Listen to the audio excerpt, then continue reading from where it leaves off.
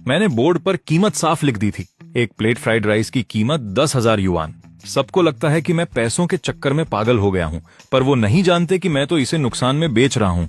सब अपने गुरु का काम पूरा करने के लिए हफ्ते भर से स्टॉल लगा रहा हूँ, एक प्लेट भी नहीं बिकी। जब मैं सोच ही रहा था कि आज का दिन भी बेकार गया, तभी पास में शोर मच गया। कोई कह रहा था कि गली में एक स्टॉल वाला 10,000 में फ्राइड राइस बेच रहा है, चलो देखें ऐसा क्या है। मैंने ऊपर देखा, एक भारी भरकम इंसान मेरे स्टॉल के ठीक सामने खड़ा था। उसने बोर्ड पढ़ने के लिए अपनी गर्दन पीछे की, फिर बोला, ए शेफ, सुना है हांगकांग में कोई मशहूर कुक है जो एम्परर्स फ्राइड राइस बनाता है, लेकिन वो तो सिर्फ 5,000 युआन लेता है। तुम किस हक से 10,000 मांग रहे हो? मैंने उसकी तरफ देखा। खाकर देखो, मैंने शांत रहकर कहा, तो जान जाओगे। वो हल्की सी हंसी हंसा।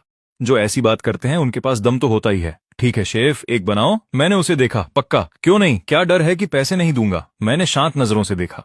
अगर तुम्हें खाने की परख है तो पैसे न देने का ख्याल भी नहीं आएगा। बिग टोनी मेरा आत्मविश्वास देखकर चौंक गया और हंसा। रिलैक्स, भले ही जैसा भी हो तुमने कीमत लिख रखी है, मैं मेन्यू वाली पूरी कीमत चुकाऊंगा।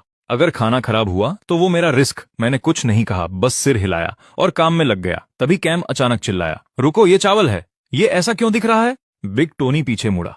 मेरे सामने एक बांस का स्टीमर रखा था। ढक्कन खुलते ही सफेद चावल के दाने बिल्कुल अलग अलग दिख रहे थे। बेहतरीन चावल, हर दाना अलग। उनमें नमी ऐसी थी कि मानो अभी फूट पड़ेंगे, चमकदार और पारदर्शी।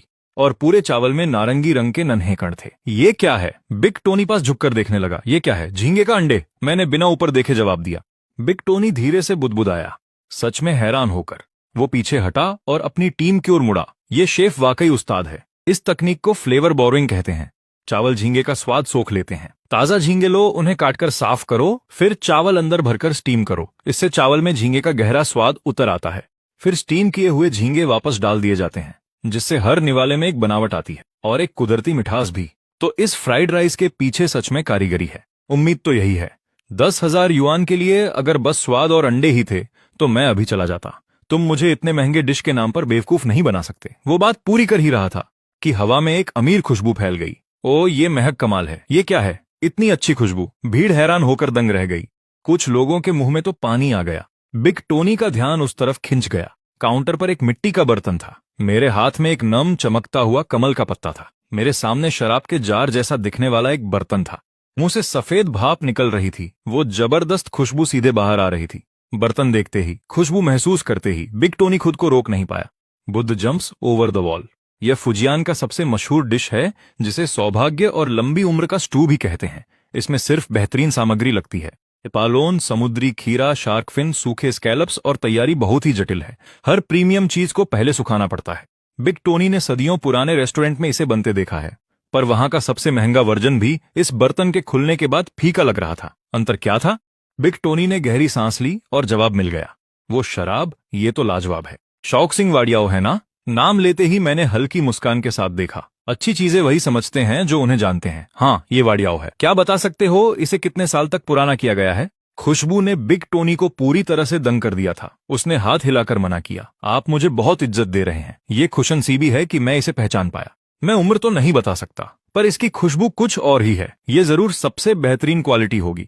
8 साल पुरानी डॉटर रेड, तभी तो। असली 80 साल पुरानी शौकसिंग डॉटर रेड कम से कम 1,000 युआन प्रति आधा किलो आती हैं। इस बर्तन के साइज को देखूं तो कम से कम 1 किलो शराब तो लगी ही होगी। सिर्फ शराब की लागत ही 2,000 युआन है। लेकिन खाना सिर्फ महंगी चीजों से नहीं बनता। अगर तकनीक नहीं तो सबसे महंगी चीज भी बेकार है। वाह, ये महक! तो यही है Buddha jumps over the wall. तभी ये इतना महंगा है। यह दिखने में बेहद शानदार है। भीड़ में उत्सुकता बढ़ रही थी। सबकी नजरें मेरे सामने रखे बर्तन पर थीं। ढक्कन ज्यादा देर खुला नहीं रह सकता, वरना खुशबू उड़ जाएगी। मैंने फौरन एक चम्मच उठाया और बर्तन के अंदर डाला। बाहर एक एबालोन निकला, मोटा, रसीला, एक चावल की कटोरी जितना बड़ा। बिग टोनी की आंखें फटी की फटी रह गईं। ये तो पागलपन है। इतने बड़े साइज का एबालोन! बाजार में इसकी कीमत 10,000 युआन होगी। मैं रुका नहीं, एक एक करके चीजें निकालता रहा। सोडा की बोतल जितना लंबा समुद्री खीरा, नरम ऊंट की नसें, एक से बढ़कर एक प्रीमियम चीजें ऐसे निकाली जा रही थीं जैसे मुफ्त हों, और हर हरकत के साथ खुशबू और गहरी होती गई। पूरी गली को अपने घेरे में ले लिया। हर तरफ लोगों के निगलने की आवाजें आने लगीं और सबके मन में एक ख्याल आया, अगर इतनी प्रीमियम चीजों से फ्राइड राइस बन रहा है तो 10,000 युआन की कीमत शायद पागलपन नहीं है। सारी सामग्री बाहर निकलने के बाद मैंने तैयारी शुरू की। मैंने छुरी उठाई, दाहिने हाथ से एबालोन को दबाया, किनारे छांटकर बर्तन में डाले, फिर ऊपर और नीचे का हिस्सा काटकर हटा दिया। सिर्फ सबसे नरम और मुलायम हिस्सा बचा। बाकी हिस्से वापस बर्तन में डाल दिए गए जो डिश में नहीं जाने वाले थे। मुलायम एबालोन को पहले 3 मिलीमीटर चौड़े टुकड़ों में काटा, फिर पट्टियों में और फिर क्यूब्स में। यह देखकर बिग टोनी अपनी जगह से उछल पड़ा। तुम एबालोन के टुकड़े कर रहे हो? मेरे हाथ रुके नहीं। मैंने एक नजर डाली। Fried rice? और कैसे बनता है? बिग टोनी का पारा 7वें आसमान पर था। इतना बेहतरीन एबालोन, इसे तो सीधा खा सकते थे, इसे फ्राइड राइस में डालना गुनाह है। मैंने उसकी अनसुनी की और काम जारी रखा। समुद्री खीरा और नसें भी छोटे क्यूब्स में काट ली।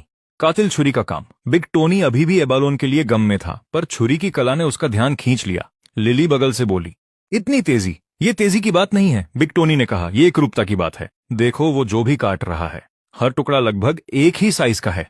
सबसे मुश्किल काम नसों को काटना है। उन्हें तब तक पकाया जाता है जब तक नरम न हो जाएं, पर अगर ज्यादा नरम हो जाएं तो कटते नहीं। उन्हें सही पॉइंट पर पकाना पड़ता है। क्यूब्स में काटने लायक पर बनावट बरकरार। ये है असली हुनर। भीड़ सुन रही थी, पूरी तरह समझ नहीं पा रहे थे, पर बहुत प्रभावित थे। सिर्फ ऐसी छुरी कला देखना ही इस सफर को सफल बना गया। देखते ही देखते पूरा सीफूड कट गया। मैंने कूलर से 4 अंडे निकाले, एक एक करके तोड़े और जर्दी अलग कर ली। जर्दी सीधे चावल वाले स्टीमर में डाल दी। मैंने उसे चावल में मिलाया जब तक हर दाना गहरे सुनहरे पीले रंग में न रंग गया। यही तो कढ़ाई में जाते ही फ्राइड राइस को असली रंग देता है। तकनीक को गोल्ड रैप सिल्वर कहते हैं। चावल को कोट होते देख भीड़ में सबने एक साथ थूक निगला। चावल जो अभी मिलाए ही गए थे, पके भी नहीं थे।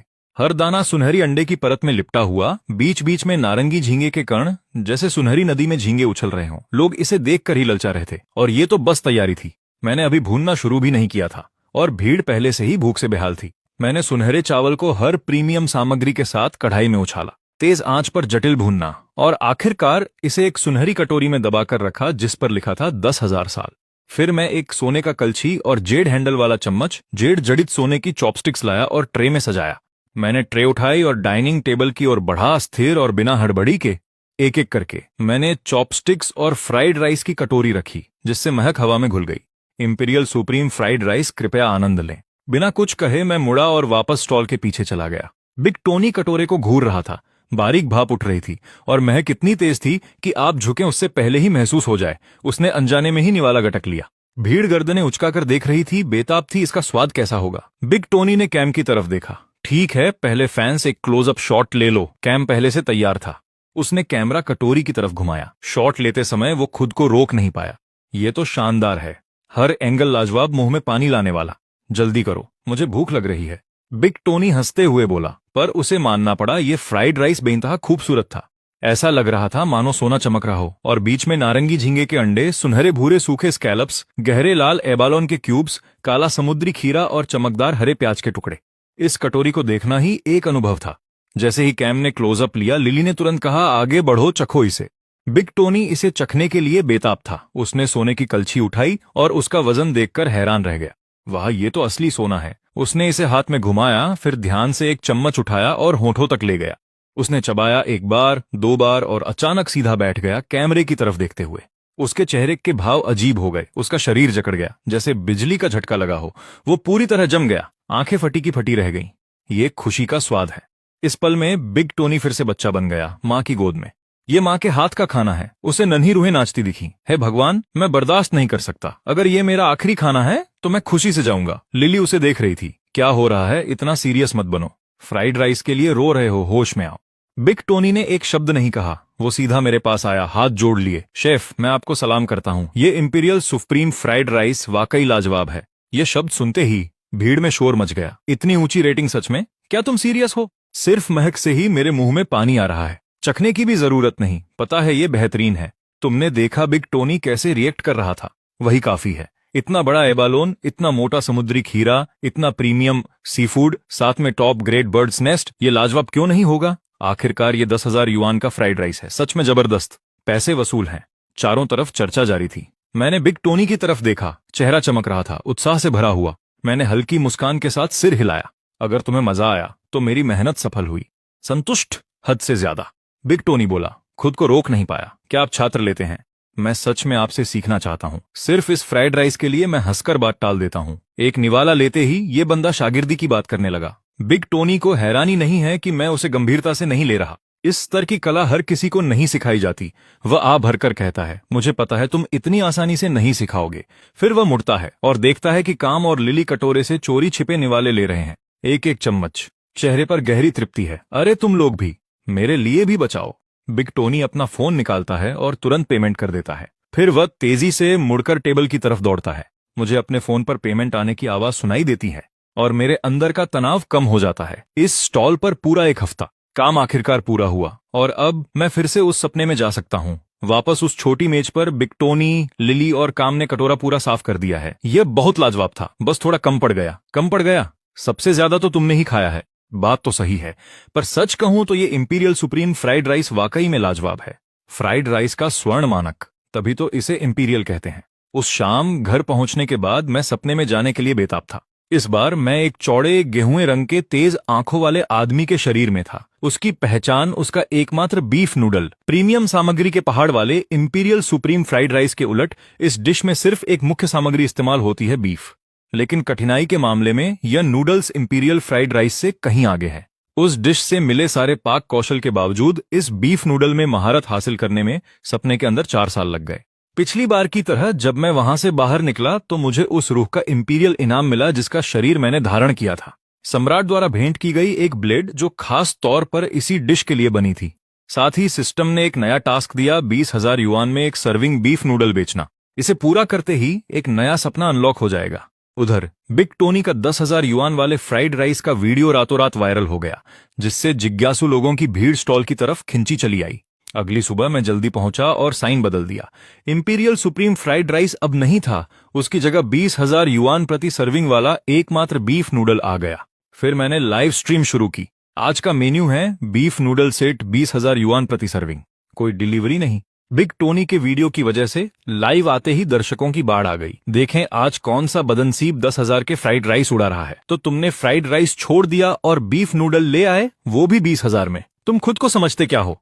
क्या मैंने सही पढ़ा? नूडल्स के लिए 20,000? मैं देख रहा हूं कि लोग कहां कहां से जुड़ रहे हैं। कमेंट्स की बौछार हो रही है। फिर मैं बोला, आज इंपीरियल फ्राइड राइस नहीं है, सामग्री खत्म हो गई है। तो फिलहाल यह मेन्यू में नहीं है। आज है हमारा खास बीफ नूडल, सिर्फ 5 सर्विंग्स, रिजर्वेशन शुरू हो गए हैं। चैट पर हंगामा मच गया। 20,000 में एक गाड़ी आ जाती है और तुम नूडल्स पर खर्च कर रहे हो। देखो, ऐसा नहीं है कि मैं अफोर्ड नहीं कर सकता, मुझे बस बीफ नूडल पसंद नहीं है। अगर यकीन है तो एक टाइप करो। तभी एक गोल्डन रॉकेट एनिमेशन पूरी स्क्रीन पर छा गया। यांग चांग के यंग मास्टर हुआंग ने सुपर रॉकेट भेजा है। एक कमेंट भी है यंग मास्टर की तरफ से। हुआंग प्रकट होते हैं, शेफ मेरे लिए 3 रिजर्व कर लो। गिफ्ट मिलते ही चैट पागल हो गई। असंभव, कोई वाकई नूडल्स के एक कटोरे पर 20,000 खर्च कर रहा है। मैं कमेंट देखता हूं और सिर हिलाता हूं। ठीक है, आ जाइए, आपकी सर्विंग्स रिजर्व हैं। मैं मुड़ा और तैयारी शुरू की। कुछ ही देर में एक भारी भरकम आदमी, कम से कम 250 पाउंड का, एक महिला और एक छोटी बच्ची के साथ आया। शेफ, क्या मेरा ऑर्डर तैयार है? आप यंग मास्टर हुआंग हैं? वही हूं, मेरी बेटी को खाने से जुड़ी गंभीर बीमारी है। कल रात बिग टोनी के आपका फ्राइड राइस चखने के बाद उन्होंने मुझे यहां आने को कहा। शेफ, अगर आपका खाना मेरी बेटी की हालत सुधार सकता है तो पैसे की कोई परवाह नहीं। मैं सिर हिलाता हूं और उन्हें बैठने का इशारा करता हूं। फिर मैं अपने काम में जुट जाता हूं। सबसे पहले मैं लालटेन के ढांचे का कंकाल बनाता हूं, फिर चीनी में पानी मिलाकर उसे गाढ़ा सिरप बनाता हूं। मैं राइस पेपर पर पैटर्न बनाना शुरू करता हूं। लाइव स्ट्रीम के दर्शक पूरी तरह हैरान हैं। ये बीफ नूडल की स्ट्रीम नहीं थी। ये क्या हो रहा है? ये चीनी की कलाकारी क्यों कर रहा है? मैं चैट नहीं देखता, मैं सारे टुकड़े पूरा करता हूं और सिरप के ठंडा होने का इंतजार करता हूं। फिर मैं एक एक करके उन्हें जोड़ता हूं। ज्यादा देर नहीं लगती कि दर्शकों को आकार समझ आ जाता है। वो एक महल वाली लालटेन है। उसे ये सब बनाना कैसे आता है? इसका बीफ नूडल से क्या लेना देना है? लालटेन तैयार होते ही मैं सीधा खड़ा होता हूं और देखता हूं कि सवालों की बौछार हो रही है। यह बीफ नूडल एक पूरा सेट है। नूडल्स के साथ इसमें लालटेन वाली बीफ की डिश और एक रहस्यमयी अंडा भी है। यह लालटेन उसी का हिस्सा है। मैं नीचे कूलर से बीफ टेंडरलोइन निकालता हूं। फिर मैं चाकू का केस खोलकर एक ब्लेड निकालता हूं, लगभग 1 फुट लंबी, बेहद पतली। मैं उसे टेंडरलोइन के किनारे पर ले जाकर काटना शुरू करता हूं। रोशनी में आप देख सकते हैं कि ब्लेड से मांस का एक टुकड़ा लटक रहा है, इतना पतला कि आर पार दिख रहा है। रोशनी उससे गुजर रही है। लाइव स्ट्रीम इसे कैद कर लेती है और चैट फट पड़ती है। वाह, ये तो बहुत पतला है। ये सच में पारभासी है। नहीं, क्या ये सच है? क्या ये फिल्टर यूज कर रहा है? मांस इतना पतला कैसे कट सकता है? क्या ये असली लालटेन वाला बीफ है? क्या वाकई इससे रोशनी गुजरती है? देखते ही देखते मैंने 8 एक जैसे टुकड़े काट लिए। मैं एक पैन लाता हूँ, हर टुकड़े को फ्राई करता हूँ, फिर एक हाथ से उसे दबाकर दूसरे हाथ से नक्काशी वाला चाकू उठाता हूँ। मैं जैसे ही ब्लेड चलाता हूँ, एक अक्षर सफाई से अलग हो जाता है। चौकोर टुकड़े के बिल्कुल बीच में एक कटआउट उभर आता है, आकाश का अक्षर। फिर मैं उस टुकड़े को उठाकर लालटेन के खुले पैनल में फिट कर देता हूँ, बिल्कुल सटीक। दर्शक अपनी आंखों पर विश्वास नहीं कर पा रहे हैं। रुको रुको, मुझे लगा ये बीफ जर्की बना रहा है, अब ये मांस पर शब्द उकेर रहा है। क्या ये असली है? पक्का फिल्टर होगा। मांस पर अक्षर कौन उकेरा है? मैंने ऐसा कभी नहीं सुना। मैं रुकता नहीं, मैं बाकी के टुकड़ों के साथ भी वही करता हूँ। बाकी 7 टुकड़ों में अलग अलग अक्षर उकेरता हूँ। पहले के साथ मिलकर ये कुल 8 अक्षर बनाते हैं। स्वर्ग के नीचे एकमात्र, दुनिया का बेहतरीन स्वाद। 8 टुकड़ों को लालटेन के 8 पैनलों में लगा दिया जाता है। मैं अंदर एक छोटी बिना धुएं वाली मोमबत्ती जलाता हूँ। भीड़ के सामने एक ऐसी लालटेन चमक उठती है जैसी किसी ने नहीं देखी। लाइव स्ट्रीम का तो होश ही उड़ गया। नहीं, इसने वाकई बीफ से लालटेन बना दी। ये असली लालटेन वाला बीफ है। ये तो खाने के लिए बहुत खूबसूरत है। ओ वाह, मांस से बनी लालटेन। जीजी की आंखें फटी रह गईं। लालटेन वाला बीफ देखते ही वह दंग रह गई। जब उसे पता चला कि यंग मास्टर हुआंग बेटी को स्ट्रीट स्टॉल ले जाना चाहते हैं तो वह पूरी तरह खिलाफ थी। पर अब इस लालटेन वाले बीफ को देखकर उसे नूडल्स का इंतजार होने लगा। जैसे ही वह सब कुछ देख रही थी, मैं सूप के बर्तन से ढक्कन हटाता हूँ। बीफ की खुशबू उसे छूकर निकल जाती है। बिना सोचे वह अपने होंठ चाटने लगती है। कितनी शानदार खुशबू है। मैं एक बड़ा करछुल लेता हूँ और बर्तन से 2 भरपूर सर्विंग्स बीफ शोरबा वोक में डालता हूँ और उबालता हूँ। फिर एक बड़ा बीफ का टुकड़ा लेकर उसे पेस्ट बनाता हूँ। फिर धीरे धीरे हड्डियों और खाल के शोरबे को उसमें मिलाता हूँ। पेस्ट को धीरे धीरे एक गाढ़े जेली जैसे रूप में लाता हूँ। मैं इस पेस्ट को राइस पेपर पर डालकर बेलन से 1 मिलीमीटर से भी कम पतला बेलता हूँ। फिर इसे जमने के लिए कूलर में डालता हूँ। जमने के बाद मैं चाकू से बीफ की लंबी नाजुक पट्टियां काटता हूँ। नूडल्स उबलते शोरबे में जाते हैं। इन नूडल्स में मैदे का एक अंश भी नहीं है। ये पूरी तरह से बीफ और शोरबे से बने हैं। सही मायनों में एक बीफ नूडल। शोरबे में 10 सेकंड पकने के बाद मैं तुरंत 3 कटोरे निकालता हूँ। मैं नूडल्स को 3 भागों में बांटता हूँ। जीजी, जिसे खाना देखने भर से घिन आती थी, अब बेचैनी से इंतजार कर रही है। वह आगे बढ़ती है, कटोरे के ऊपर गर्दन खींचती है और सूंघती है। बहुत ही बढ़िया खुशबू है। मैं बता सकती हूँ कि यह लाजवाब है। हाँ, मिसेज हुआंग के साथ यंग मास्टर हुआंग भी। वह पारदर्शी शोरबे और लाल गुलाबी नूडल्स को घूरती है। इसे ही कहते हैं एकमात्र बीफ नूडल। बिल्कुल। फिर मैं बिना छीले हुए कुछ अंडे निकालता हूँ। मिसेज हुआंग उन अंडों को घूरती हैं। छिलके अभी भी लगे हैं और बड़बड़ाती हैं, ये वाकई अच्छे हैं। लाइव स्ट्रीम के दर्शक भी उलझन में हैं। सच कहूं तो थोड़ी निराशा हुई। नूडल्स तो ठीक हैं, लेकिन सादे अंडे कम से कम मैरिनेट तो कर लो, छिलके समेत। ये तो मजाक लग रहा है। यंग मास्टर हुआंग साफ शोरबे को देखते हैं। कोई स्प्रिंग अनियन नहीं। मैं मुस्कुराता हूँ। यह वैसा नहीं है। यह कटोरा सिर्फ बीफ के शुद्ध स्वाद के बारे में है। स्वाद खुद बोलेगा। वह कुछ और कहने ही वाले थे कि एक सूप पीने की आवाज आई। जीजी ने शोरबे का एक घूंट लिया है। उसकी आंखें तृप्ति से बंद हैं। वाह, ये शोरबा तो कमाल का है। मिसेज हुआंग उसे दंग होकर देखती हैं। घर पर हर खाना जीजी के लिए एक जंग जैसा होता है। हर बार सिर्फ आनाकानी। उसने जीजी को कभी ऐसे खाते नहीं देखा। क्या शोरबा वाकई इतना अच्छा हो सकता है? वह एक चम्मच उठाती हैं और थोड़ा सा पीती हैं। बीफ के स्वाद का एक धमाका उसकी जबान पर होता है। ये शोरबा तो असली है। यंग मास्टर हुआंग उसके हाव भाव देखते हैं और खुद भी एक घूंट पीते हैं। जैसे ही ये उनकी जबान पर लगता है, उनकी भौहें तन जाती हैं। ओ, ये तो बहुत बढ़िया है। मेरा सुझाव है कि पहले नूडल्स चखें। अभी बनावट सबसे बेहतर है। मिसेज हुआंग चॉपस्टिक से नूडल्स उठाती हैं। वह चबाती हैं और रुक जाती हैं। रुको, क्या ये मांस से बने हैं? वह एक नूडल उठाकर देखती हैं। नूडल्स का रंग वही पक चुके बीफ जैसा हल्का गुलाबी है। चॉपस्टिक पर घुमाते हुए जैसे ही वे मुंह में जाते हैं, उन्हें पहली बार समझ आता है कि स्प्रिंगी का मतलब क्या है। हे भगवान, यंग मास्टर हुआंग भी एक निवाला लेते हैं। बनावट उन्हें हैरान कर देती है। शेफ, ये नूडल्स इतने स्प्रिंगी कैसे हैं? ऐसा लग रहा है जैसे रबर बैंड से चोट लगी हो। तीनों को मजे से खाते देख लाइव स्ट्रीम के दर्शक लार टपका रहे हैं।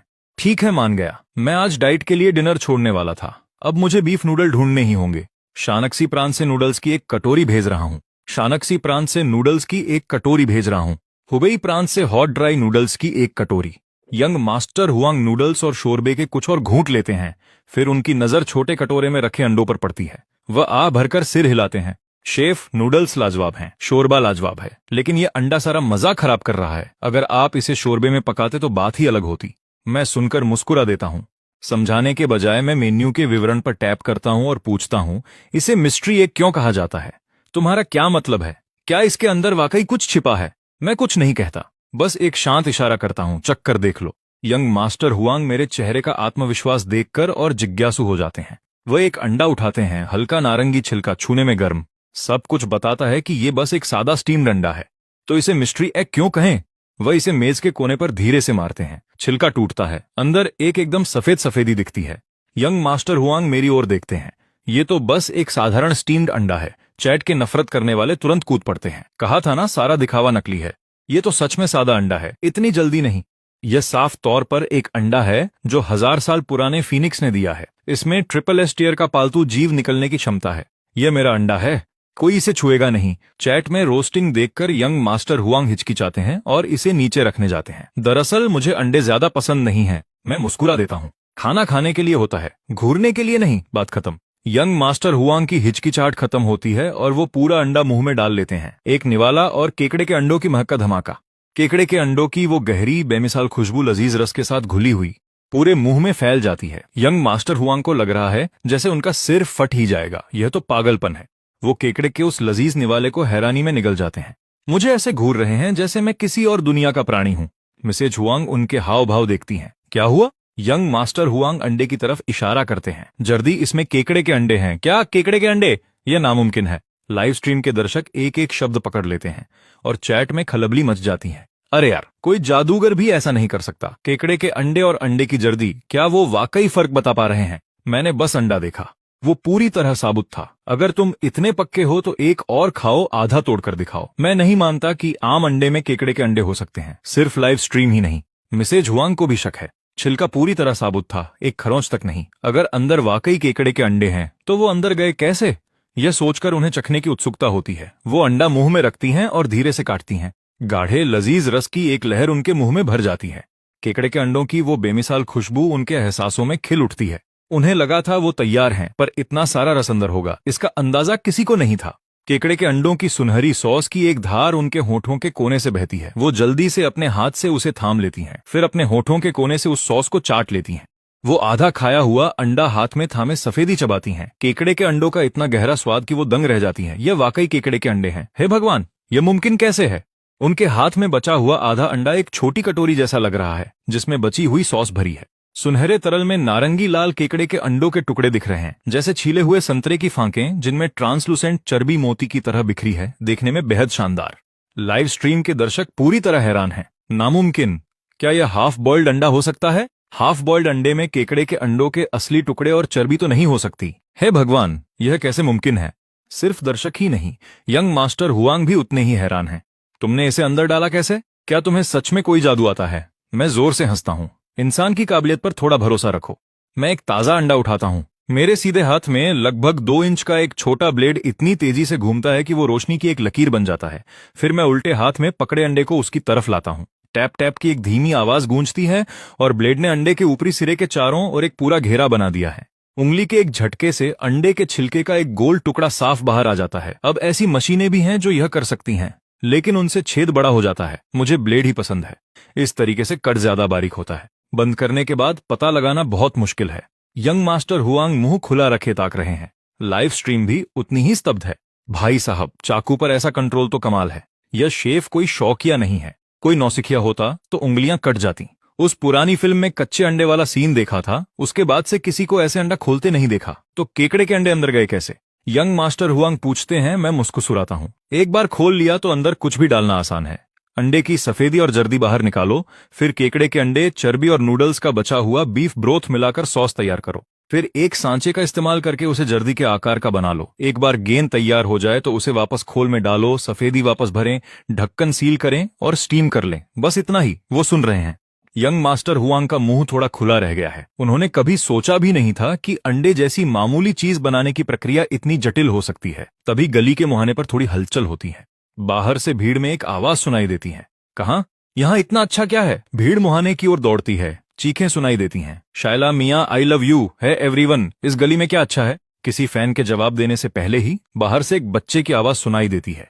बहुत अच्छा, यह अब तक की सबसे बेहतरीन चीज है जो मैंने खाई है। कहाँ? क्या है वो? चलो चलो देखते हैं। शायला मियाँ का हाथ पकड़ती है और सीधे स्टॉल की तरफ बढ़ती है। ओह, कितनी शानदार महक है। बाकी कुछ भी पहले शायला की नाक उसे पकड़ लेती है। हवा में अब भी बीफ ब्रोथ की खुशबू है। बीफ की वो महक लाजवाब है। मियाँ भी सूंघती है। वो कुछ कहने ही वाली होती है, तभी स्टॉल पर लगा रेड बोर्ड देखकर उसके मुंह से आह निकलती है। हाथ मुंह पर आ जाता है। वो शायला की बांह खींचती है। क्या हुआ? शायला उलझन में मुड़ती है। मियाँ रेड बोर्ड की तरफ इशारा करती है। क्या मैं सही पढ़ रही हूँ? 20,000 युआन एक सर्विंग। उनके पीछे आ रहा डायरेक्टर स्टॉल तक पहुंचता है और कैमरा सीधे रेट बोर्ड पर घुमा देता है। क्लोजअप ले रहा है। क्या वो आपकी टीम का है? नहीं, वो हमारे साथ नहीं है। तो वो 20,000 क्यों वसूल रहा है? यह पागलपन है। शायला के इतना कहते ही उसके फैंस टूट पड़ते हैं। मुझे लगा वो शो का ही कोई प्लांट है। ये पक्का शो की शोहरत का फायदा उठाना चाहता है। शायला, मत खरीदना, यह स्कैम है। इस आदमी का पैसों के लिए दिमाग फिर गया है। फैंस की बातें सुनकर यंग मास्टर हुआंग का चेहरा सख्त हो जाता है। जरा संभल कर बोलो। क्या तुम में से किसी ने वाकई इसे चखा है? शेफ जो चाहे रेट रख सकता है। नहीं खरीदना तो मत खरीदो, बस बकवास करना बंद करो। क्या अब हम किसी स्कैम को एक्सपोज भी नहीं कर सकते? मिर्ची लगी क्या? तुम पक्का मिले हुए हो। हम तुम्हें बेनकाब करेंगे। ओ, तो क्या ये बेहुदा कीमत जायज है? 20,000 युआन नूडल्स के लिए? क्यों नहीं सीधे लोगों को लूट लेते? बीफ नूडल्स के लिए 20,000? क्या पूरी गाय ही पतीले में डाल दी? यह सीधे सीधे ठगी है। दीवाना, कोई बिका हुआ आदमी? मैं? यंग मास्टर हुआंग अपनी चाबियां निकालते हैं और उन्हें सड़क किनारे खड़ी मैक्लारेन P1 की तरफ इशारा करते हैं। एक बटन दबाते ही इंजन दहाड़ने लगता है। हर फैन का सिर उधर घूम जाता है। ये कौन सी कार है? कितनी गॉर्जियस है! वो मैक्लारेन P1 लग रही है, लगभग 30 लाख डॉलर की। यंग मास्टर हुआंग हर शब्द सुन रहे हैं और ठंडी हंसी हंसते हैं। मैं साल के करोड़ों कमाता हूं। तुम्हें लगता है मुझे सड़क के स्टॉल का प्रचार करने की जरूरत है? फैंस चुप हो जाते हैं। शर्मिंदगी चिड़चिड़ाहट में बदल जाती है। भीड़ और भड़कने ही वाली थी, पर शायला फुर्ती दिखाती है। वो हालात बिगड़ते देख जल्दी से मुस्कुराकर बीच में आती है कैसे हैं आप? और यह जरूर आपकी वाइफ होंगी, बहुत खूबसूरत हैं। और आपकी बेटी कितनी प्यारी है। ऐसी सूरत देखकर कोई गुस्सा नहीं रह सकता। चापलूसी काम कर गई और यंग मास्टर हुआंग का गुस्सा ठंडा हो जाता है। हम यहाँ एक शो शूट कर रहे हैं, हमें एक चैलेंज पूरा करना है। हम ग्वांगझू का सबसे बेहतरीन खाना ढूंढ रहे हैं, लेकिन जो कुछ हमने अब तक पाया है उसकी कीमत सामान्य रही है। यह पहली बार है जब हमने 20,000 युआन वाले नूडल्स देखे हैं। क्या आप वही खा रहे हैं? कैसा है? उसका लहजा गर्मजोशी भरा है और यंग मास्टर हुआंग बात टाल देते हैं। मैं साफ कहूं तो सिर्फ ग्वांगझू में ही नहीं, इस नूडल का मुकाबला दुनिया में कहीं नहीं है। मैं इस पर कायम हूं। भीड़ हंस पड़ती है। दुनिया में सबसे बेहतरीन। इसने सच में यह कह दिया। देश भर में इतनी सारी नूडल शॉप्स हैं, कितने लोग इससे सहमत होंगे? जरा देखो, अकेले ग्वांगडांग में ही ग्वांगटोंग नूडल्स नेशनल टॉप 10 लिस्ट में है। यहीं ग्वांगझू में खड़े होकर यह कहना कि एक बीफ नूडल दुनिया में नंबर 1 है। क्या तुम्हें लगता है ग्वांगझू के लोग इसे ऐसे ही जाने देंगे? लाइव स्ट्रीम में दर्शक भी यही बहस कर रहे हैं। वुहान से हूं मैं, हम इसे बर्दाश्त नहीं करेंगे। हॉट ड्राई नूडल्स नंबर 1 है। बात खत्म। शायला ने ऑनलाइन बहस नहीं देखी है, लेकिन उसे पता है डायरेक्टर रिकॉर्ड कर रहे हैं और अगर यंग मास्टर हुआंग की बात शो में गई तो आसानी से विवाद खड़ा हो सकता है। यहां तक कि लोग पीछे पड़ सकते हैं। इसलिए वो जल्दी से बीच में आती है। मेरा मतलब है, शायद आप उन बीफ नूडल्स की बात कर रहे हैं जो आपने पर्सनली खाए हैं, है ना? नहीं, चाहे मैंने बाकी चखे हों या नहीं, यह कटोरा नंबर 1 है। ठीक है, मैं आपकी कोई मदद नहीं कर सकती। कोई बात नहीं, हर शब्द पर कायम हूं। यकीन नहीं आता? खुद चख लो, मैं खिला रहा हूं। और अगर तुम्हें यह अच्छा नहीं लगा तो मैं खुद जाकर तुम्हारे लिए एक ग्रुपर मछली पकड़ लाऊंगा। नहीं नहीं, इसकी जरूरत बिल्कुल नहीं है, प्लीज। भाई, ऐसे वादे मत करो जो पूरे न कर सको। दुनिया में हमेशा कोई न कोई बेहतर होता है, हमेशा। कोई फर्क नहीं पड़ता। मुझे शेफ पर भरोसा है। यंग मास्टर हुआंग भीड़ पर तिरछी नजर डालते हैं और एक गहरी नाक फुलाते हैं। मुझे ऐसे लोग बर्दाश्त नहीं। खुद कुछ पता नहीं, पर ऐसे बनते हैं जैसे सब कुछ जानते हैं। शायला और मिया दोनों थोड़े असहज हो जाती हैं, क्योंकि उनके आसपास के लोग उनके ही फैंस हैं। क्या तुम चखना चाहती हो? मिया शायला की स्लीव खींचती है। शायला यंग मास्टर हुआंग की तरफ देखती हैं, जो मजे से बचा हुआ ब्रोथ पी रहे हैं, और कुछ महसूस होता है। जिस तरह से वो बात कर रहे हैं, मुझे चखने का मन है, लेकिन 20,000 युआन यह बहुत है। शायला, बस एक सर्विंग ले लो। शायला डायरेक्टर की तरफ से इशारा देखती हैं। वो स्टॉल के पास जाती है। शेफ, क्या आप हमारे लिए एक बना सकते हैं? जरूर, मैं बेफिक्री से कहता हूं और सीधे लालटेन शैडो बीफ पर काम शुरू कर देता हूं। यह देखकर डायरेक्टर करीब आ जाता है। कैमरा ऑन है। वही स्टेप्स जो पहले थे। चीनी की चाशनी पकाओ, लालटेन का ढांचा बनाओ। मुझे इतनी आसानी से ये सब करते देख शायला और मिया पूरी तरह खो गई हैं। हर कदम पर हैरान हो रही हैं। वाओ, वो शुगर लॉलटेन कितनी खूबसूरत है। रुको, क्या लॉलटेन भी खाने वाली है? मैं यंग मास्टर हुआंग के सामने रखे लॉलटेन शैडो बीफ की तरफ ठुड्डी उठाता हूँ। वो वाला लॉलटेन शैडो बीफ। रुको, वो खाना है, मुझे लगा वो सजावट है। यंग मास्टर हुआंग ये सुनते हैं और लालटेन से एक स्लाइस तोड़ते हैं। कुरकुरेपन के साथ वो मुंह में जाता है, बिल्कुल आलू चिप्स जैसा। स्लाइस मुंह में जाते ही छोटे टुकड़ों में बिखर जाती है और जैसे ही लार उसके साथ मिलती है, वो पिघलकर जुबान पर घुल जाती है। बीफ जिसकी सारी नमी सूखा दी गई है, उसका स्वाद उसमें पूरी तरह कैद है। मुंह में नरम होते ही बीफ का असली स्वाद फट पड़ता है, गहरा और चबाने पर और बेहतर होता जाता है। इसका टेक्सचर तो अवास्तविक है। वो जोर से बोले बिना नहीं रह पाते। तुरंत एक और बड़ा निवाला लेते हैं, कुरकुरा कुरकुरा चिप्स की तरह, और वो हर बार ज्यादा जोश से चबाते हैं। वो मिसेज हुआंग और गिगी को बुलाते हैं, तुम दोनों को यह चखना ही होगा, बीफ कमाल का है। मिसेज हुआंग ने एक टुकड़ा उठाया, धीरे से काटा, और उसके करारेपन ने उन्हें हैरान कर दिया। कितना कुरकुरा है और स्वाद तो लाजवाब है। मैं तो शो देखते हुए इसके 1 दर्जन टुकड़े खा जाऊं। जीजी खुशी से चबाती रही और सिर हिलाती रही। मियाँ पास से बस सब सुन रही थी और बिना सोचे ही उसने लार निगली। यंग मास्टर हुआंग ने उसे घूरते हुए पकड़ा। आओ एक चक्कर देखो। अरे नहीं, मैं नहीं खा सकती। कोई बात नहीं, बस एक टुकड़ा। तुमने अपना ऑर्डर तो दे ही दिया है, एहसान का बदला तो कभी भी चुकाया जा सकता है ना? मियाँ ने सोचा, बात तो सही है। उसने संकोच छोड़ दिया और एक टुकड़ा उठा लिया। एक छोटा सा बाइट। उसकी आंखें फटी की फटी रह गईं। शायला, तुम्हें इसे जरूर चखना चाहिए, यह बिल्कुल अविश्वसनीय है। मियाँ ने लालटेन शैडो बीफ का एक टुकड़ा शायला के मुंह के पास किया, जैसे उसे कोई छिपा हुआ खजाना मिल गया हो। शायला ने बड़े शक के साथ एक बाइट लिया। उसकी आंखें भी उतनी ही फैल गईं। कितना कुरकुरा है और खुशबू भी कमाल की है। जैसे ही उसके दांत गोश्त से टकराए, वो चिप्स की तरह बिखर गया। वो पूरी तरह दंग रह गई। शेफ, क्या यह सच में बीफ है? यह इतना कुरकुरा कैसे है? इतना पतला कि सीधे तवे पर भुन जाए और इतना सूखा कि करारा हो जाए। मैंने ऊपर देखे बिना कहा। लालटेन के फ्रेम का आखिरी टुकड़ा फिट किया, फिर नीचे रखे कूलर से बीफ टेंडरलॉइन निकाला। संभल के मैंने कहा और चाकू का केस खोल दिया। मैंने लंबी ब्लेड निकाली, बिजली सी चमक उठी और बीफ का एक कागज जैसा पतला टुकड़ा अलग हो गया। मैंने उसे ब्लेड पर उठाया और शायला के सामने कर दिया। वो इतना पतला था कि उसका मुंह खुला का खुला रह गया। लाइव स्ट्रीम के दर्शक उसके चेहरे के भाव देखकर हंस पड़े। शायला पूरी तरह खो गई थी। सच कहूं तो जब मैंने पहली बार शेफ की स्लाइसिंग देखी थी तो मेरा चेहरा भी ठीक ऐसा ही था। पहली बार देखने वालों का रिएक्शन देखना मुझे बहुत पसंद है। रुको, जब वो उसे इस पर नक्काशी करते देखेगी, उसकी आंखें तो जैसे बाहर ही आ जाएंगी। मियाँ भी उतनी ही हैरान थी, पर उसका ध्यान उस चाकू पर था। वो चाकू बेहद खूबसूरत था। यह देखकर शायला ने आखिरकार उस चाकू को गौर से देखा। उसका हैंडल बड़ा अजीब था। एक सुनहरी नागिन पूरे हैंडल पर लिपटी थी, इतनी जीवंत की मानो अभी फुफकार उठेगी। ब्लेड की हर तेज हरकत के साथ वो जैसे हिलती और उछलती थी, और हर हरकत के साथ बीफ का एक और बारीक टुकड़ा गिरता गया। वो चाकू कितना शानदार है। शेफ, यह आपको कहाँ से मिला? मैंने इसे खरीदा नहीं, यह पीढ़ियों से मेरे परिवार में है। अब समझ आया, यह तो किसी और जमाने का लगता है। यंग मास्टर हुआंग सब सुन रहे थे। वो करीब झुक गए। शेफ, ये मत कहना कि ये ड्रैगन सरपेंट ब्लेड उसी 10,000 साल पुरानी कटोरी के सेट का हिस्सा है। कमोबेश तुम सच में मालामाल हो। शायला ने एक भौं ऊपर उठाई। यह बंदा $30 लाख से महंगी कार चलाता है और ये कह रहा है कि सड़क किनारे दुकान चलाने वाला अमीर है। यंग मास्टर हुआंग ने उसके चेहरे की उलझन को भांप लिया और हंस पड़े। इस शेफ को कम मत समझो। ये कटोरी जो वो अपनी दुकान के लिए इस्तेमाल कर रहे हैं, एक कटोरी मेरी कार से भी महंगी है। नामुमकिन, तुम कल रात यहाँ नहीं थे। पैलेस म्यूजियम से एक क्यूरेटर खुद यहाँ आया था और शेफ को यह सेठ देश को दान करने के लिए मनाने की कोशिश कर रहा था। एक्सपर्ट ने खुद कहा था ये सम्राट चनलोंग की निजी कटोरियां थीं। एक अकेली कटोरी करोड़ों की है, पूरा सेट तो अनमोल है। इसीलिए वो नूडल्स की एक कटोरी के 20,000 ले सकते हैं। और अगर मुझे अंदाजा लगाना हो, शेफ, आपके पूर्वज शाही रसोइये थे, है ना? नामुमकिन। शाही रसोइयों के वंशज सड़क किनारे स्टॉल चला रहे हैं, करोड़ों की कटोरियां इस्तेमाल कर रहे हैं। ये एक कहानी है। मेरा सरनेम लू है। मेरे पूर्वजों में सच में एक सम्राट शामिल थे। भीड़ में फुसफुसाहट फैल गई। मैंने शायला और मियाँ को इशारे से बुलाया। ठीक है, यह तैयार है। वे दोनों एक पल के लिए जम गईं, फिर धीरे से आगे बढ़ीं। नजरें उस सुनहरी कटोरी पर टिकी थीं। शायला थोड़ा पीछे हट गई। मैं नहीं कर सकती, यह तो राष्ट्रीय धरोहर है। अगर यह गिर गई तो जान निकल जाएगी। शांत हो जाओ, कोई बात नहीं। यह बस एक कटोरी है। नूडल्स को गर्मा गर्म ही खाया जाना चाहिए, वरना बनावट वैसी नहीं रहेगी। शायला ने यह सुना और बड़ी सावधानी से दोनों हाथों से कटोरी उठा ली। वो दबे पांव मेज की ओर गई, बैठ गई और कटोरी सामने रख ली। वो खुद को रोक नहीं पाई। मैंने कभी सोचा भी नहीं था कि मैं इतनी कीमती कटोरी में खाऊंगी। और चॉपस्टिक सोने में जड़ी जेड़ की थी। उसने उनके बीच नूडल्स का एक गुच्छा फंसाया। उसने मियाँ को बुलाया और अपना मुंह पूरा खोल लिया। मियाँ उसके बगल में बैठी और नूडल्स सीधे मुंह में डाल लिए। उसकी आंखें फटी रह गईं। ओ माय गॉड, ये तो बहुत ही लाजवाब है। मतलब सच में। शायला मियाँ का हैरान चेहरा देख रही थी। जिज्ञासा बढ़ती गई।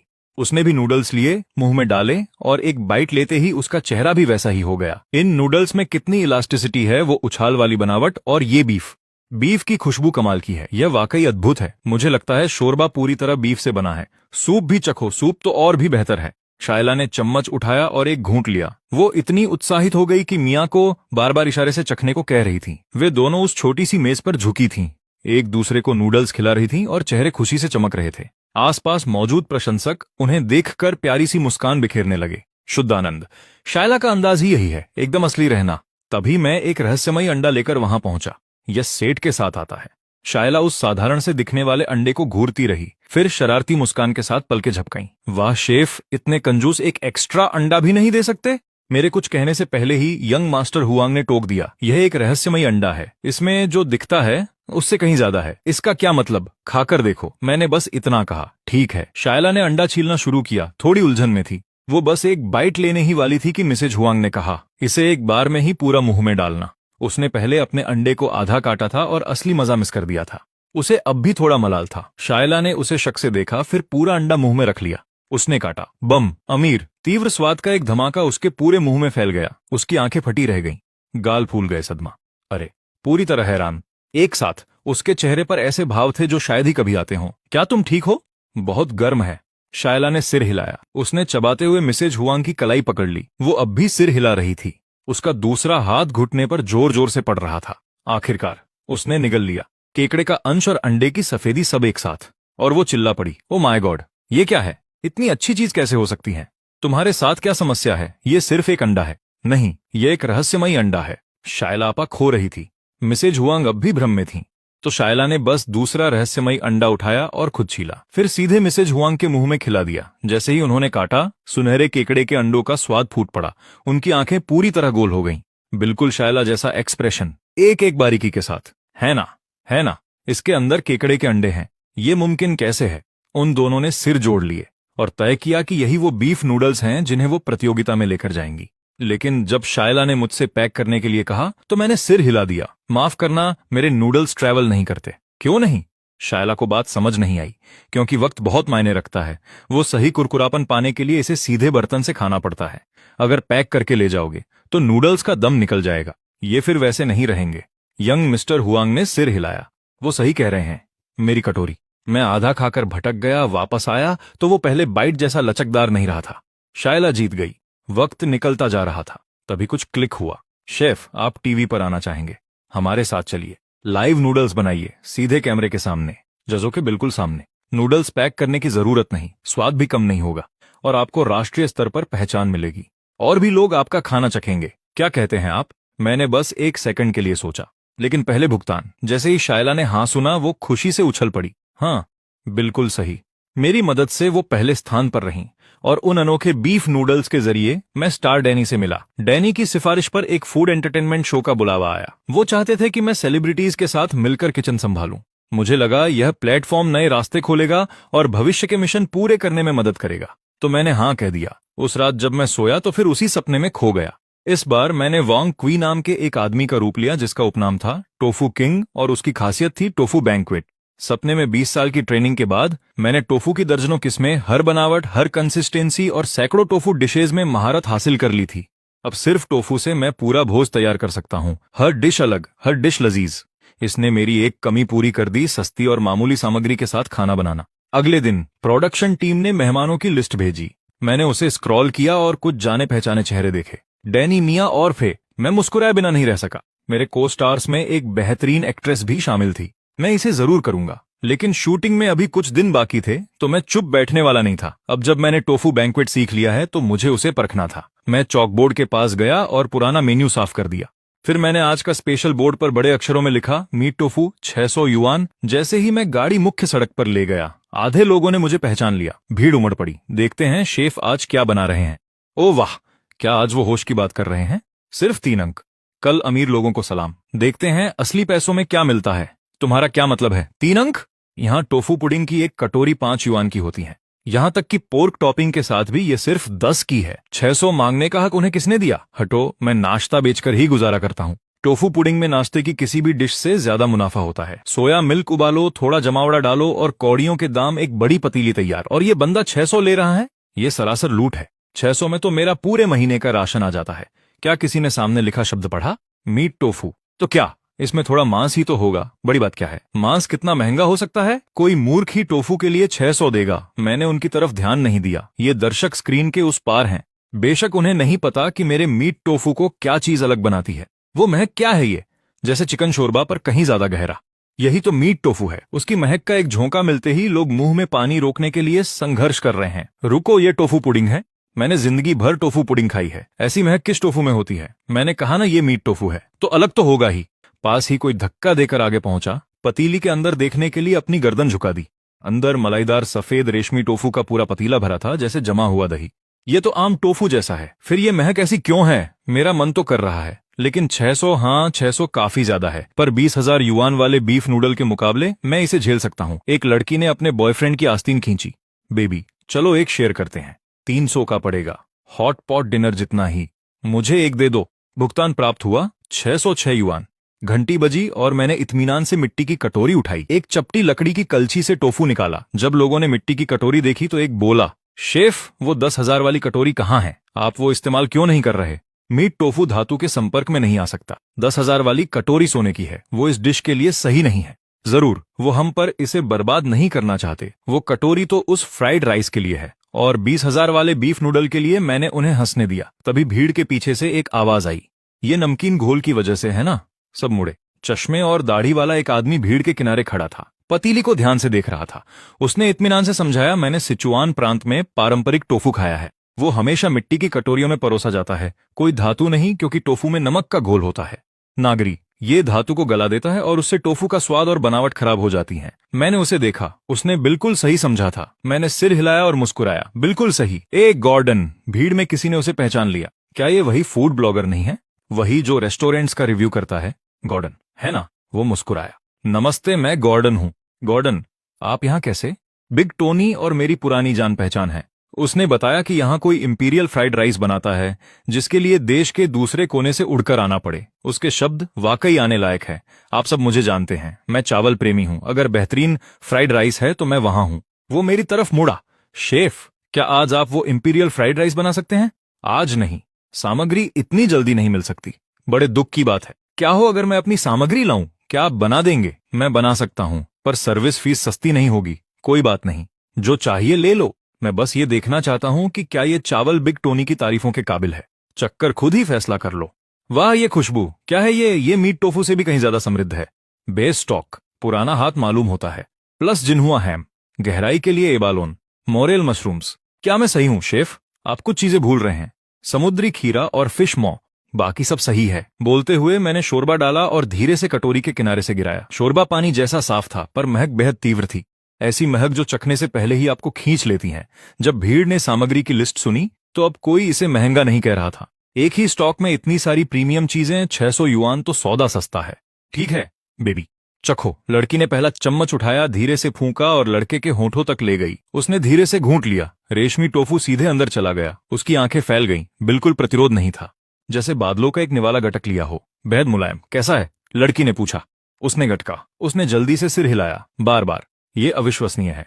ये मांस का है, ये मांस से बना है। भीड़ ने उसे सुना और जम गई। क्या तुम मांस से टोफू बना सकते हो? लड़की को यकीन नहीं हुआ। उसने खुद एक चम्मच लिया और खाया। उसका हाथ मुंह तक गया। टोफू जीभ पर लगा और कॉटन कैंडी की तरह पिघल गया।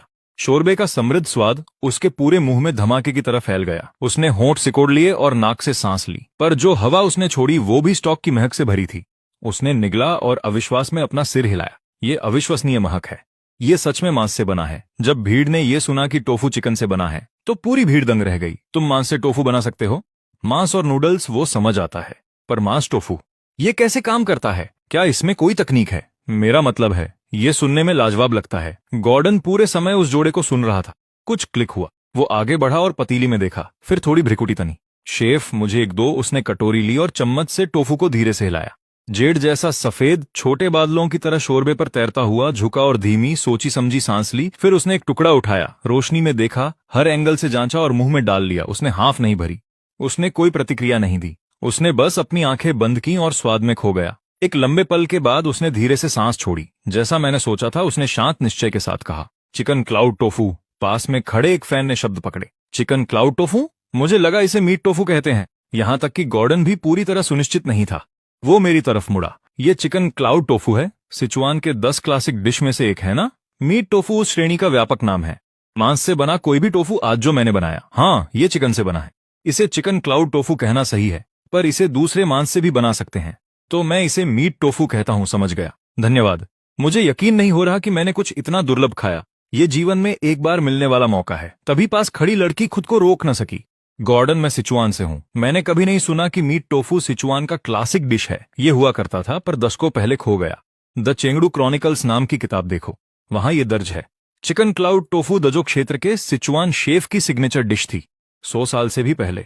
अत्यंत परिष्कृत काम। पूरी फिलॉसफी है, आप चिकन चखते हो पर चिकन नहीं देखते। आप मांस चखते हो पर मांस नहीं देखते। मांस का सब्जी की डिश जैसा रूप धारण करना। पौधे आधारित किसी चीज की आत्मा को ले जाने के लिए मांस का उपयोग करने की कला। गॉर्डन के शब्द अपना काम कर चुके थे। भीड़ मेरी गाड़ी की तरफ दब रही थी। फोन बाहर निकले। पेमेंट कोड स्कैन हो रहा था। शेफ, मेरे लिए एक कटोरी। मेरे लिए भी संभल के। मेरा पैर कुचल रहे हो। एक पल में पूरी सड़क जाग उठी और हर एक व्यक्ति जिसने मीट टोफू चखा उसी चेहरे के हाव भाव के साथ लौट रहा था। शुद्ध शांत खुशी। तभी भीड़ के किनारे से एक जाना पहचाना चेहरा दिखा। मैंने ऊपर देखा। ये यंग मास्टर हुआंग है। तीनों के तीनों पूरा परिवार। आप आखिरकार यहाँ आए। आप कल नहीं थे। जीजी ने पूरे दिन कुछ नहीं खाया। क्या ये सच है?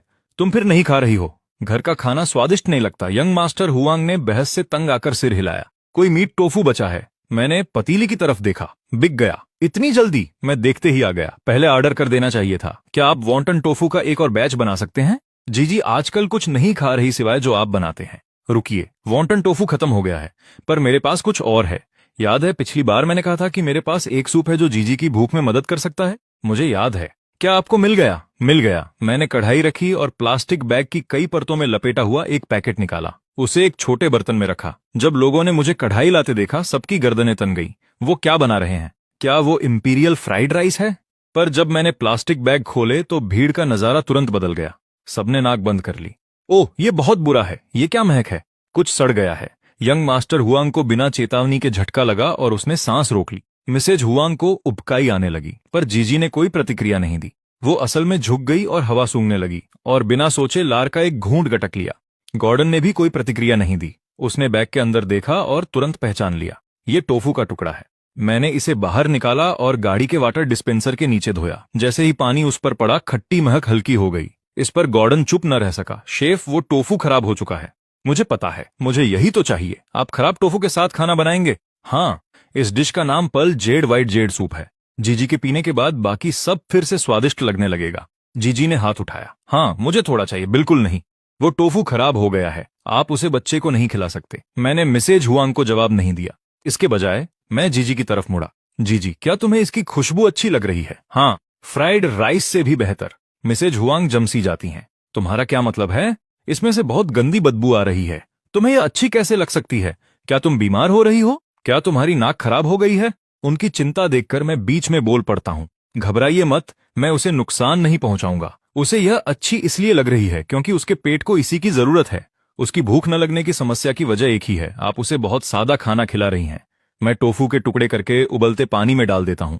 फिर मैं गोभी, थोड़े पालक के पत्ते, बचे हुए चावल की पपड़ी और आखिरी में शोरबा निकालता हूँ। मिनटों में मोती जैसा सफेद जेड सूप तैयार है। बर्तन में हरा, सफेद, पीला और हल्का रंग तैर रहा है, जिसमें हल्की खटास अभी भी बाकी है। यंग मास्टर हुआंग फुसफुसाते हैं।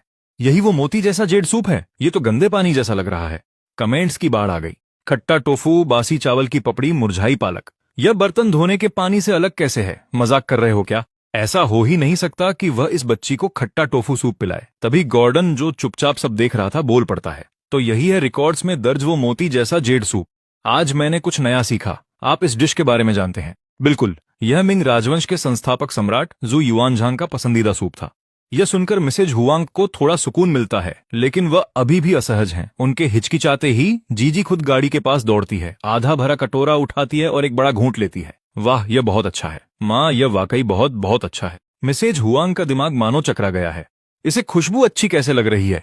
क्या इसे वो नहीं आ रहा जो मुझे आ रहा है? मैं मुस्कुराता हूँ। यह शरीर की स्वाभाविक प्रतिक्रिया है। जब आपके शरीर में जिस चीज की कमी होती है, शरीर आपको उसी की तलब देता है। जीजी की भूख की समस्या उसके पेट के बैक्टीरिया के असंतुलन से है, इसलिए उसका शरीर हल्के फर्मेंटेड खाने की मांग करता है, क्योंकि पेट में जाते ही ये स्वस्थ बैक्टीरिया बहाल करने में सबसे ज्यादा फायदेमंद होते हैं। तो उसके शरीर की सहज बुद्धि काम करने लगती है और उसे बदबू लगने के बजाय यह नाकाबिले बर्दाश्त अच्छी लगने लगती है। जीजी को इतने आनंद से पीते देख मिसेज हुआंग धीरे से सिर हिलाती हैं, अभी भी सब समझने की कोशिश में। मैं इसे ठीक कराने के लिए हर जगह ले गई और अंत में यह सिर्फ टोफू सूप का एक कटोरा निकला। मैं पास जाकर जीजी के बाल सहलाता हूँ। अच्छा, कैसा लगा? बहुत अच्छा। जीजी ने कटोरा पूरा साफ कर दिया है, गोभी का एक टुकड़ा तक नहीं बचा। मिसेज हुआंग अविश्वास में सिर हिलाती हैं। वह कभी सब्जियां नहीं छूती। उसने जो अभी खाया है वह उसके पूरे हफ्ते की खुराक से ज्यादा है। सब्जियां जरूरी होती हैं, फाइबर पेट को स्वस्थ रखता है। ठीक है जीजी, कटोरा चाटना बंद करो, अगली बार मैं और बना दूंगा। वह वाकई हरी सब्जियां नहीं खाती। क्या एक कटोरा इसे ठीक करने के लिए काफी होगा? यह कोई जादू इलाज नहीं है। एक कटोरा इसे रातों रात ठीक नहीं करेगा। बस जीजी को इसे तब तक पीने दें जब तक उसे खुद ही यह अच्छा लगना बंद न हो जाए। तभी समझिएगा कि वह ठीक हो गई है। मैं यंग मिस्टर हुआंग को पूरी रेसिपी दे देता हूँ, फिर अपना सामान समेटकर घर निकल पड़ता हूँ। अगले दिन मुझे प्रोडक्शन टीम से मैसेज मिलता है, फिल्मांकन शुरू। इस सीजन रेस्तरां का बजट काफी बड़ा है। उन्होंने फॉरबिडन सिटी में मानसिक खेती के हॉल के बगल वाली शाही रसोई किराए पर ली है, वही शूटिंग लोकेशन है। तो बीजिंग पहुंचते ही मैं सीधे फॉरबिडन सिटी निकल पड़ता हूँ। शो में मेरा रोल हेड शेफ का है, जिसका मतलब है कि मुझे अपने तरीके के मुताबिक रसोई सेट करनी होगी ताकि मैं अपना सर्वश्रेष्ठ प्रदर्शन कर सकूं। साइट पर पहुंचकर मैं प्रोडक्शन टीम को निर्देश देना शुरू करता हूं कि जगह कैसे व्यवस्थित करनी है और सामग्री की लिस्ट कैसे बनानी है। मैं प्रोडक्शन मैनेजर से बात कर ही रहा था कि मुख्य हॉल में हलचल मच गई। मैं मुड़ता हूं। प्रवेश द्वार पर एक महिला खड़ी थी जिसने सबको ठिठका दिया। ओ माय गॉड, एक साक्षात अप्सरा। मैं भी महसूस कर सकता हूं। प्रोडक्शन मैनेजर जल्दी से मुझे पास बुलाता है। यह इस सीजन की हमारी गेस्ट शेफ हैं जैक। फे सिर हिलाती है और पहले अपना हाथ बढ़ाती है। शेफ जैक, आपसे मिलकर अच्छा लगा। मैं फे हूं। हाय, मैं उसका हाथ मिलाता हूं, शायद थोड़ी ज्यादा उत्सुकता से। जब मैं हाथ छोड़ता हूं तो मुझे अपने आसपास मौजूद पुरुष क्रू मेंबर्स दिखाई देते हैं। हर कोई मुझे ऐसे घूर रहा है जैसे मैंने लाइन तोड़ दी हो। उसके थोड़ी देर बाद 2 और गेस्ट आते हैं, मिया और लियो। जब मिया को पता चलता है कि मैं इस सीजन का हेड शेफ हूं तो वह आपा खो बैठती है। पिछली बार जब उसने एकमात्र बीफ नूडल खाया था, तब से वह उसके बारे में सोचना बंद नहीं कर पा रही है। उस शाम सब रात के खाने के लिए इकट्ठा होते हैं। लियो एक कप के साथ बैठा था, बस पी रहा था। मिया उसे घूरती है, तुम कुछ नहीं खा रहे? सिर्फ इतना ही, यह मेरा डिनर है। आज लो कार्ब डे है, कोई कार्ब्स नहीं। क्या इससे जिंदगी का सारा मजा खत्म नहीं होता? मैं कार्ब्स खाता हूँ।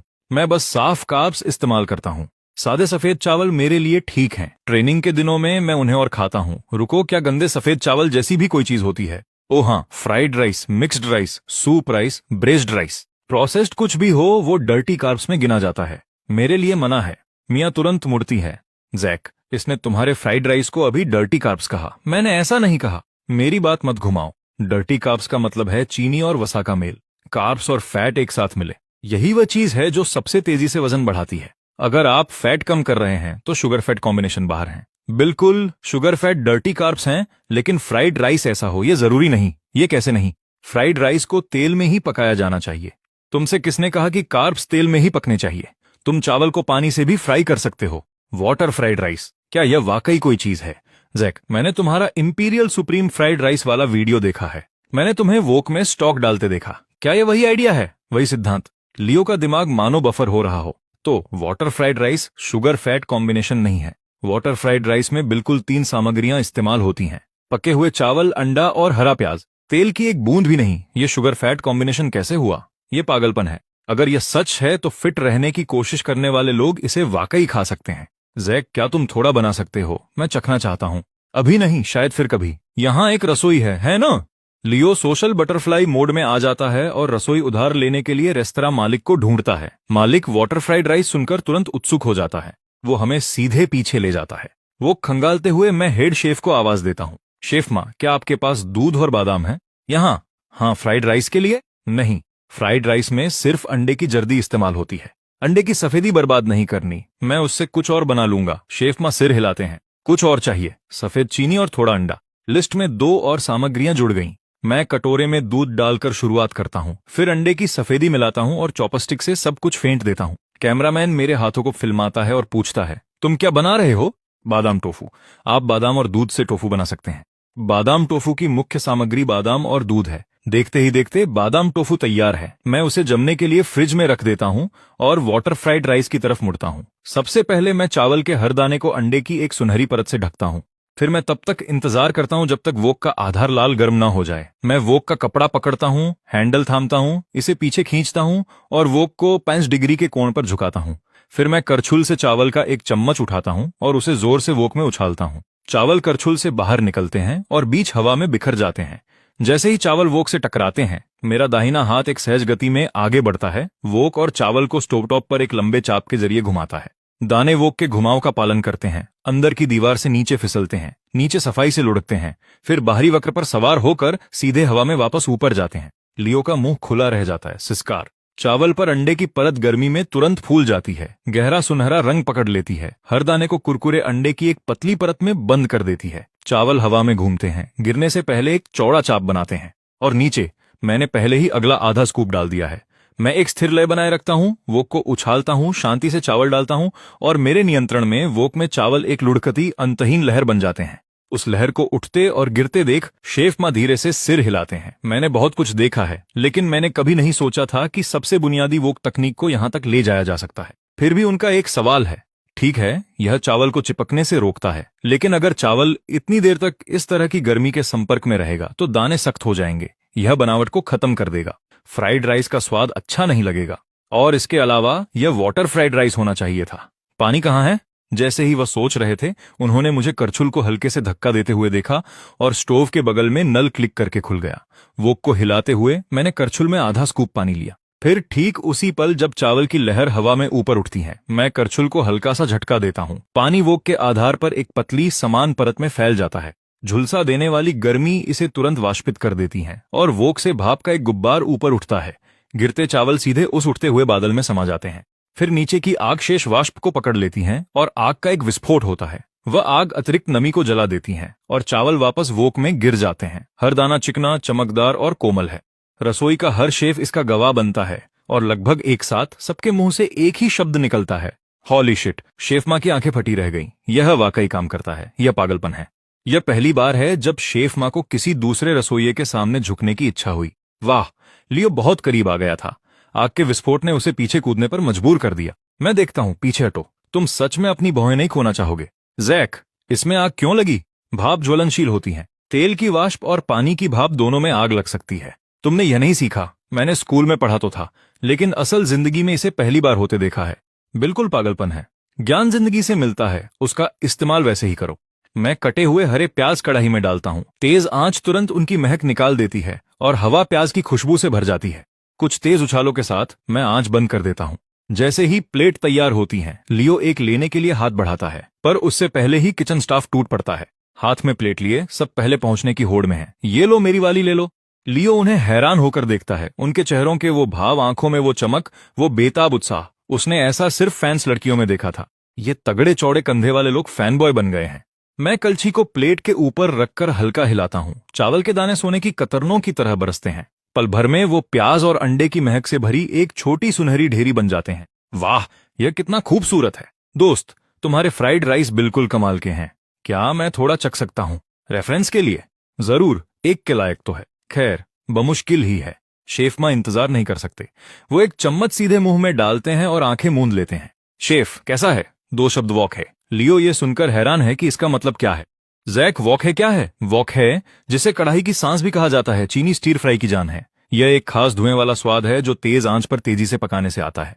जब खाना 200 डिग्री सेल्सियस से ऊपर के तापमान पर पहुंचता है तो कैरामलाइजेशन और माइलार्ड रिएक्शन से वो खास खुशबू पैदा होती है। कैंटोनीज शेफ वॉक है के दीवाने होते हैं, खासकर स्टीर फ्राई डिश में।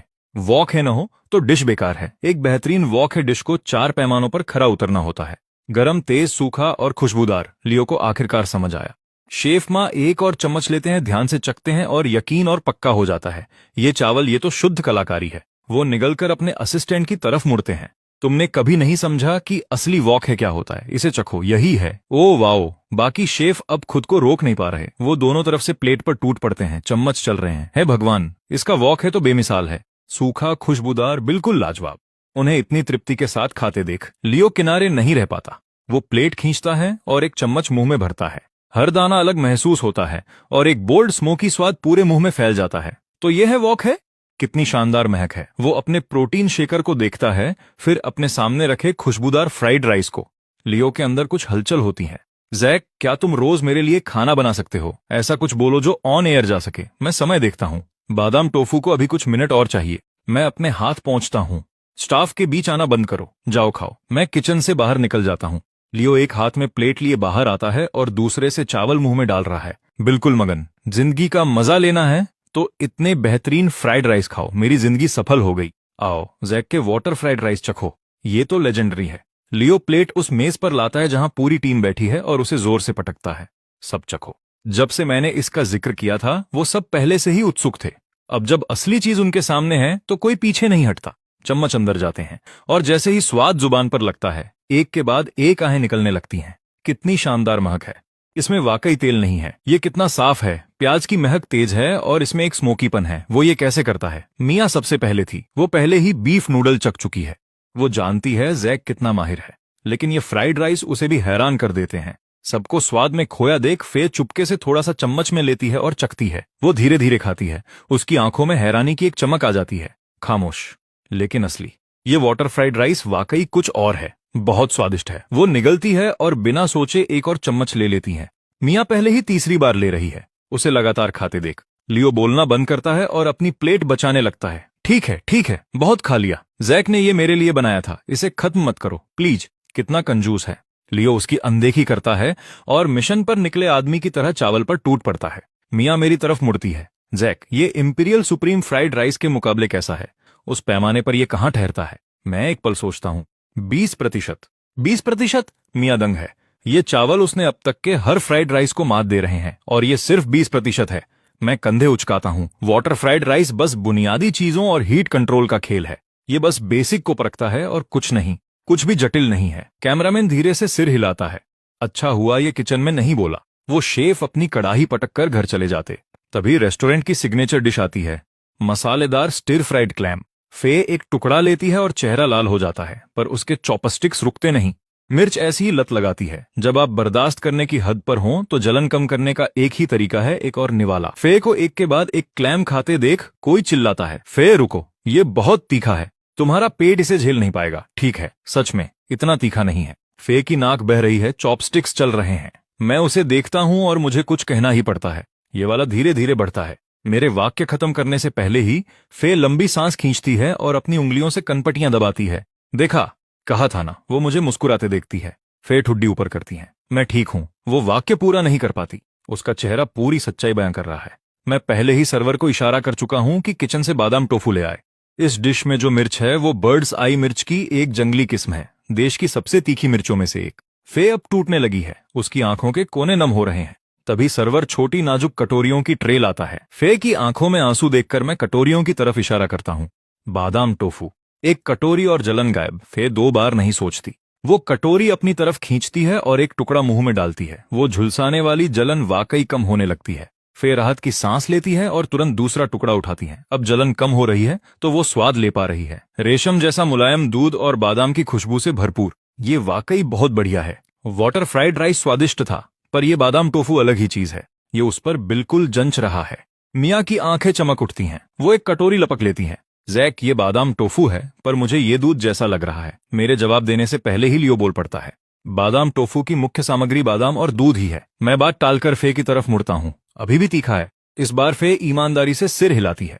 ये पूरी तरह खत्म हो गया। बादाम टोफू कमाल का है। ये वाकई काम करता है। क्यों? ये एक क्लासिक मिठाई है। ये सदियों से शाही दावतों का हिस्सा रही है। बादाम में सूजन रोधी गुण होते हैं, खांसी और दर्द से राहत मिलती है, और हाँ, मिर्च के तीखेपन पर इसका कूलिंग असर भी होता है। लेकिन असली हीरो दूध है। दूध में केसीन होता है, जो एक बेहतरीन इमल्सिफायर है। ये कैप्सेसिन मॉलिक्यूल्स को घेर लेता है और उन्हें आपके पेट की परत से जुड़ने से रोकता है। यही जलन की असली वजह है। ऐसे ये जलन को खत्म करता है। फे धीरे से सिर हिलाती है। फिर उसे कुछ याद आता है। बादाम टोफू बनने में समय लगता है, पर वो ठीक उसी वक्त आया जब जरूरत थी। यानी जैक को पहले ही पता था कि वो फंसने वाली है। वो याद करती है जब उसने एक्स्ट्रा स्पाइसी लेवल का ऑर्डर दिया था। जैक का चेहरा थोड़ा अजीब था। उसने शायद तभी अंदाजा लगा लिया था। ये आदमी, उसने उसे आगाह क्यों नहीं किया? फिर उसे याद आता है, ओवेन ने उसे रोकने की कोशिश की थी। वो इतनी एक्साइटेड थी कि उसने सबसे चरम विकल्प चुना। तो वो जानता था कि उसे मनाना बेकार है, इसलिए उसने पहले ही बादाम टोफू बना लिया। ये सोचकर फिर मुझे देखती है। Thank you. मैं आंखें झपकाता हूं और बात टाल देता हूं। अरे कोई बात नहीं, ये कुछ भी नहीं था। उन तीखे क्लैम का हाल देखकर अब कोई उन्हें छूता भी नहीं। डिनर के बाद होटल में मैं टोफू दावत के लिए जरूरी सामग्रियों की लिस्ट देख रहा हूं। इस बार हकीकत में वापसी के साथ एक मिशन भी जुड़ा है। मेरा काम है पूरी टोफू दावत को दोबारा तैयार करना, हर एक डिश, तब तक जब तक महारानी खुद तृप्ति से हिचकी न ले लें। अगले दिन डैनी, जो रेस्टोरेंट का मैनेजर है, सेट पर आता है। मुझे देखते ही वो घूंट भरता है, फिर एक बड़ी मुस्कान के साथ मेरा हाथ थाम लेता है। शेफ जैक, आपसे मिलकर अच्छा लगा। मैं हर रात आपके बीफ नूडल के सपने देख रहा हूं। बात करते हुए भी वो बार बार घूंट भर रहा है। वो कटोरा अभी भी उसकी यादों में धमाके कर रहा है। एक और चाहिए, मैं बना दूंगा, बस मेरा साथ दो। डन। डैनी अपनी छाती ठोकता है। कागजों पर मैं मैनेजर हूं, पर आप जो कहेंगे मैं वो करूंगा। डैनी शो का मुख्य सेलिब्रिटी है और सबसे आखिरी में पहुंचा है। सबके आने के बाद प्रोडक्शन अब आधिकारिक तौर पर स्क्रिप्ट मीटिंग शुरू कर सकता है। शो की स्क्रिप्ट कोऑर्डिनेटर टीना मेरी तरफ मुड़ती है। जैक, आपने जो माउंट टी स्प्रिंग वाटर मांगा था, मैंने लोगों को उसे लाने भेजा है, लेकिन माउंट टी के आधार पर 64 झरने हैं। हर झरने से एक बॉल्टी, सिर्फ एयर फ्रेट का ही खर्चा करोड़ों में जाएगा। चूंकि हम फॉरबिडन सिटी के अंदर शूट कर रहे हैं, तो शाही व्यंजन ही फोकस में होने चाहिए। तो पहले एपिसोड के लिए मैं माउंट टी टोफू दावत बना रहा हूं। इसकी मुख्य सामग्री है टोफू। माउंट टी टोफू दावत शेंडोंग परंपरा की एक क्लासिक दावत है, वो शाही दावत जो प्राचीन सम्राटों द्वारा माउंट टी पर पवित्र अनुष्ठान के दौरान परोसी जाती थी। अनुष्ठान से पहले सम्राट को स्नान करना होता था, औपचारिक वस्त्र पहनने होते थे और अपनी आत्मा को शुद्ध करने के लिए केवल शाकाहारी भोजन करना होता था। वो शाकाहारी भोजन ही टोफू दावत थी। शाही पर्वतीय अनुष्ठान एक सम्राट के लिए सबसे बड़ा सम्मान था। हर सम्राट जिसने इसे किया, उसने इसे पूरी श्रद्धा के साथ निभाया। माउंट टी टोफू दावत का टोफू माउंट टी के झरने के पानी से बनना चाहिए और अलग अलग डिश के लिए अलग झरने का पानी चाहिए। उदाहरण के लिए, जेड पूल के 8 अमर डिश के लिए क्वीन मदर स्प्रिंग का पानी चाहिए। लॉन्जिविटी स्टार डिश के लिए ब्रॉड लाइफ स्प्रिंग का पानी चाहिए। हर झरने से बने टोफू का टेक्सचर अलग होता है, इसलिए पूरी दावत के लिए माउंट टी का पानी अनिवार्य है। क्या ये जरूरत से ज्यादा नहीं है? पानी तो सब एक जैसा ही होता है। फर्क क्या है? फर्क बहुत बड़ा है। धरती की हर जगह की भूवैज्ञानिक बनावट अलग होती है और वही पानी को आकार देती है। मैदानी इलाकों के पानी में चिकनी मिट्टी और गाद ज्यादा होती है, तो इसमें मिट्टी का भारीपन ज्यादा होता है। पहाड़ी पानी में खनिज ज्यादा होते हैं, जिससे वो कठोर होता है। एक ही पहाड़ में भी चोटी का पानी ज्यादा साफ और ताजा होता है। चाय बनाने के लिए बेहतर। पहाड़ की तलहटी का पानी ज्यादा खनिज और तलछट अपने साथ लाता है, इसलिए इसका स्वाद गहरा होता है। मछली पालने और टोफू बनाने के लिए यह सबसे बेहतर है। माउंट टाइग का झरना इन सबसे अलग है। ये झरने ज्यादातर पहाड़ की तलहटी में हैं, फिर भी पानी का कठोरपन असामान्य रूप से कम है और ऑक्सीजन की मात्रा बहुत ज्यादा है। माउंट टाई के पानी से बने टोफू का कड़ बहुत कोमल होता है, नरम पर अपनी शेप बरकरार रखने वाला, बर्फ जैसा सफेद, हल्का मीठा, लचीला और लंबी कुकिंग के बावजूद बिखरता नहीं। माउंट टाई टोफू बैंक्वेट के लिए सिर्फ यही पानी उपयुक्त है। ठीक है, मुझे अंदाजा नहीं था कि बात इतनी गहराई तक जाती है। शाही व्यंजन सच में एक अलग ही स्तर पर हैं। इस सीजन की थीम पूर्णता की तलाश है। अगर हम यह कर रहे हैं तो इसे पूरी शिद्दत से करेंगे। जैक, मैं पक्का करूंगी कि झरने का पानी यहां तक पहुंच जाए। आपको और कुछ चाहिए हो तो बस बोलिए। बेहतरीन डिश बनाने के लिए जो कुछ भी जरूरी है, आप बस नाम लीजिए, मैं ले आऊंगा। इसके साथ मैंने कोई कसर नहीं छोड़ी। मैंने पूरी लिस्ट उन्हें बता दी। टीना ने एक पल भी बर्बाद नहीं किया। वो पहले ही फोन पर लग गई थी। हर सामग्री को स्रोत से ढूंढने के लिए लोगों को काम पर लगा दिया था। मीटिंग शाम तक चलती रही। मैं इस शो की जान हूं। अगर मेरा खाना लाजवाब होगा तो पूरा सीजन सफल रहेगा। तैयारी के एक और दिन बाद रेस्टोरेंट का नया सीजन शुरू होने के लिए तैयार था।